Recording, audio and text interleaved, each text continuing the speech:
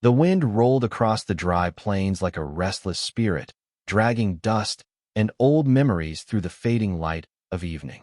Clara Whitmore tightened her grip on the worn leather strap of her small suitcase as the stagecoach pulled away, leaving her alone at the edge of a town that looked more forgotten than found.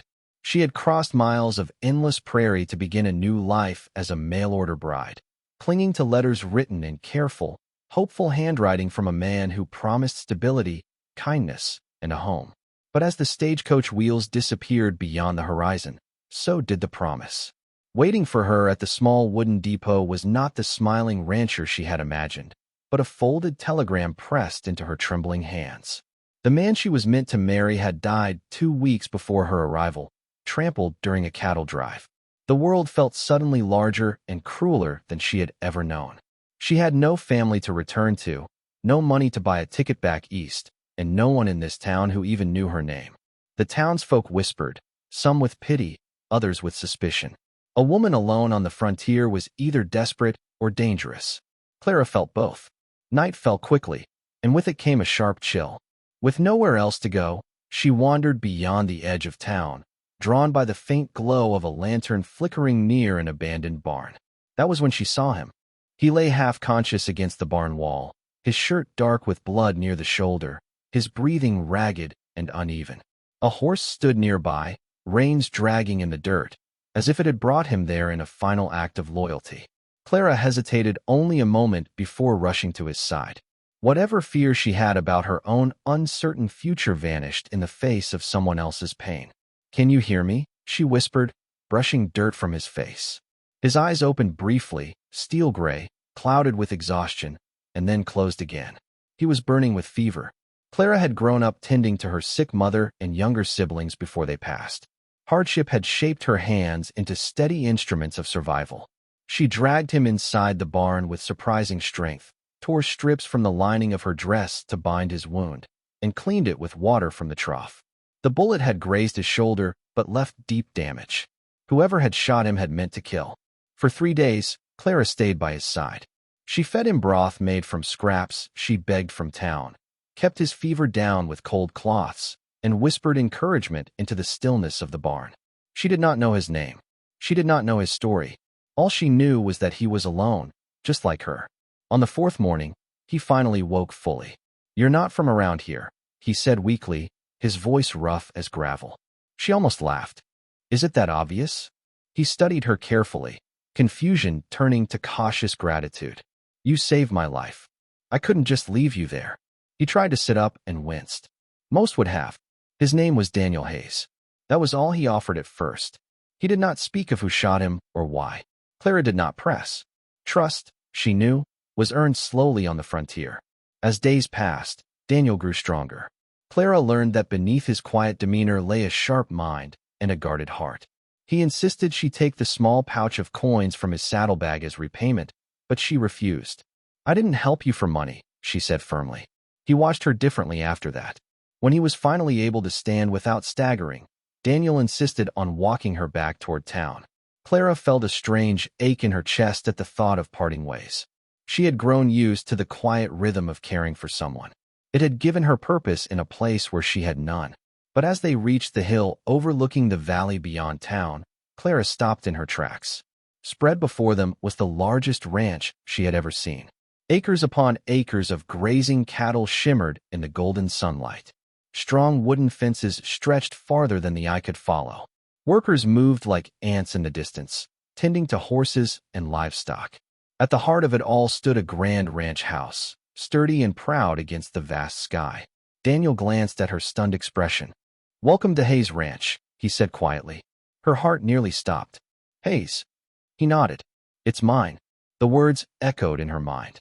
The wounded cowboy she had found bleeding beside a barn, the man she fed with her own trembling hands, owned the largest ranch in the territory.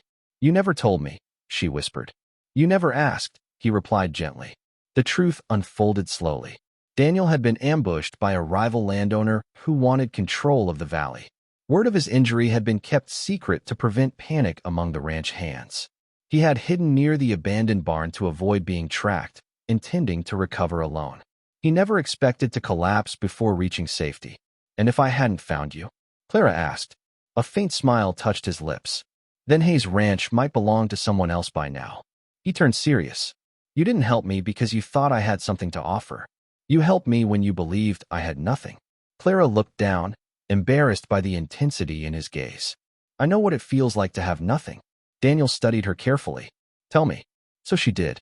She told him about the letters from a man who promised marriage and security, about arriving to find him dead, about having no way back east. She spoke of her fear of being a burden in a town that didn't want her. When she finished, silence hung between them, thick and heavy. You won't be a burden here, Daniel said finally. If you're willing, there's work at the ranch. We need someone who knows how to care for the injured, manage supplies, keep order. You've already proven your strength. Clara's heart pounded. You'd offer me that? I'd be a fool not to. Life at Hayes Ranch was not easy, but it was purposeful. Clara rose before dawn to help in the kitchen, organized medical supplies for the ranch hands, and brought a steady calm to a place long ruled by rough voices and harder tempers. The men who once doubted her soon respected her. She worked without complaint, earning every ounce of trust. Daniel watched her closely, not as a ranch owner observing an employee, but as a man realizing he had encountered something rare. One evening, as the sky burned orange and violet, Daniel joined her on the porch. Do you ever regret coming west? He asked. Clara considered the question carefully. I thought I did. But if I hadn't, I wouldn't have found this. Or me, he said softly. Their eyes met, and in that quiet moment, the past loosened its grip. What began as desperation had become destiny. But peace on the frontier never lasted long. The rival landowner who had shot Daniel returned, this time with hired men and forged documents claiming ownership of part of Hayes Ranch. Fear rippled through the workers. Violence seemed inevitable.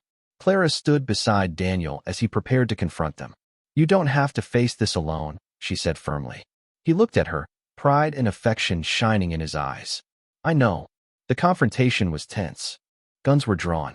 Voices rose. But Clara stepped forward before blood could be shed. She had spent nights organizing Daniel's papers while he recovered. She knew every boundary line, every legal mark. Holding up the authentic deed, she exposed the forgery with steady confidence. Her voice did not shake as she threatened to take the matter to the territorial judge. The rival's men hesitated. Doubt spread. Within minutes, the threat dissolved. When it was over, Daniel turned to her in awe. You just saved everything. Clara smiled softly. You saved me first. Months later, beneath a wide-open sky and surrounded by ranch hands who had become family, Clara stood beside Daniel once more, but this time in a white dress, not torn and dusty from travel. There was no telegram of loss, no uncertainty, no whispers of doubt, only the steady promise of partnership. She had arrived as a forgotten mail-order bride with nothing but hope stitched into fragile letters. She never imagined she would find purpose in a wounded stranger, nor that he would turn out to be the most powerful rancher in the valley. But perhaps that was the lesson hidden in the dust of the frontier. Sometimes the greatest blessings come disguised as broken moments. If this story touched your heart, if you believe that kindness can change destinies and that strength often hides in the most unexpected places, don't forget to subscribe to this channel for more powerful stories of love, courage, and second chances. Your support helps bring these unforgettable journeys to life, and the next story might be the one that inspires you when you need it most.